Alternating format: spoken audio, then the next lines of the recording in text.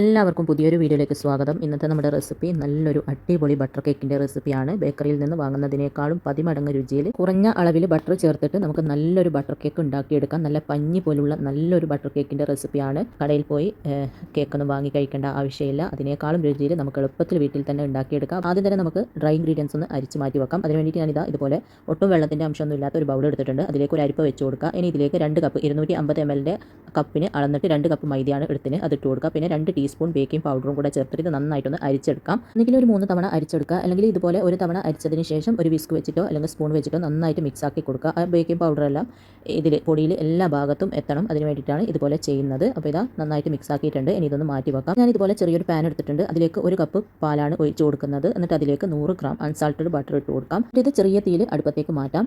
ഈ പാലും ഒന്ന് ചൂടായി ബട്ടറൊക്കെ ഒന്ന് മെൽറ്റായി കിട്ടണം.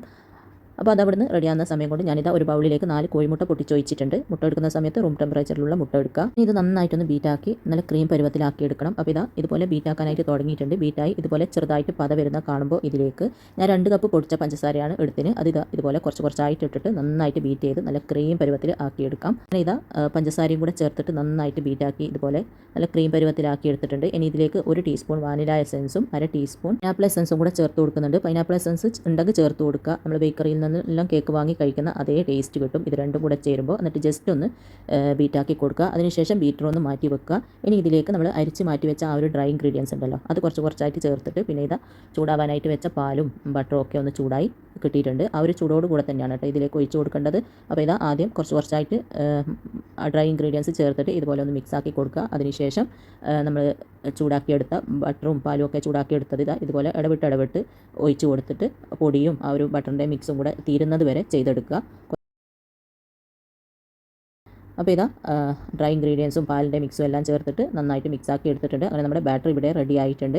ഇനി ഞാനിതാ ഇത് ബേക്ക് ചെയ്യാനുള്ള കേക്ക് ടിന്നാണ് എടുത്തിന്. സ്ക്വയർ ടൈപ്പിലുള്ള 9 ഇഞ്ചിൻ്റെ ഒരു കേക്ക് ടിന്നാണ് എടുത്തിന്. അടിയിലും സൈഡിലും ഒക്കെ ബട്ടർ സ്പ്രെഡ് ആക്കിയതിന് ശേഷം ബട്ടർ പേപ്പർ സൈഡിലും അടിയിലൊക്കെ ആയിട്ട് വെച്ച് കൊടുത്തിട്ടുണ്ട്. ഇനി ഇതിലേക്ക് നമ്മൾ റെഡിയാക്കിയ കേക്കിൻ്റെ ബാറ്റർ മുഴുവനും ഒഴിച്ച് കൊടുക്കാം. ഇനി ഇതൊന്ന് ടാപ്പ് ചെയ്ത് കൊടുക്കാം, എയർ ബബിൾസ് ഒക്കെ ഉണ്ടെങ്കിൽ പോകാൻ വേണ്ടിയിട്ട്. ഇനി ഇതൊന്ന് ബേക്ക് ചെയ്തെടുക്കാം. ഞാനിത് ഓവനിലാണ് ബേക്ക് ചെയ്തെടുക്കുന്നത്. 180 ഡിഗ്രിയിൽ 10 മിനിറ്റ് പ്രീഹീറ്റ് ആക്കിയ ഓവനിൽ 160 ഡിഗ്രിയിൽ 40-45 മിനിറ്റാണ് ഈ ഒരു കേക്ക് ബേക്ക് ആവാനായിട്ട് ടൈം എടുക്കുക.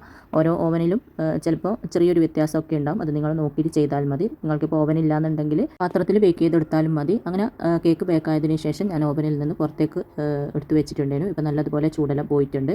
ഇനി കേക്ക് ടിന്നിൽ നിന്ന് ഇത് മാറ്റിയതിന് ശേഷം നമുക്കിതൊന്ന് കട്ട് ചെയ്തെടുക്കാം. നന്നായിട്ട് ചൂട് പോയതിന് ശേഷം മാത്രം കട്ട് ചെയ്തെടുക്കുക. നല്ല പഞ്ഞി പോലുള്ള നല്ലൊരു കേക്കാണ്. ബേക്കറിയിൽ കിട്ടുന്നതിനേക്കാളും അടിപൊളി രുചിയിലുള്ള നല്ലൊരു ബട്ടർ കേക്കാണ്. അപ്പോൾ എല്ലാവരും ഉണ്ടാക്കി നോക്കണേ.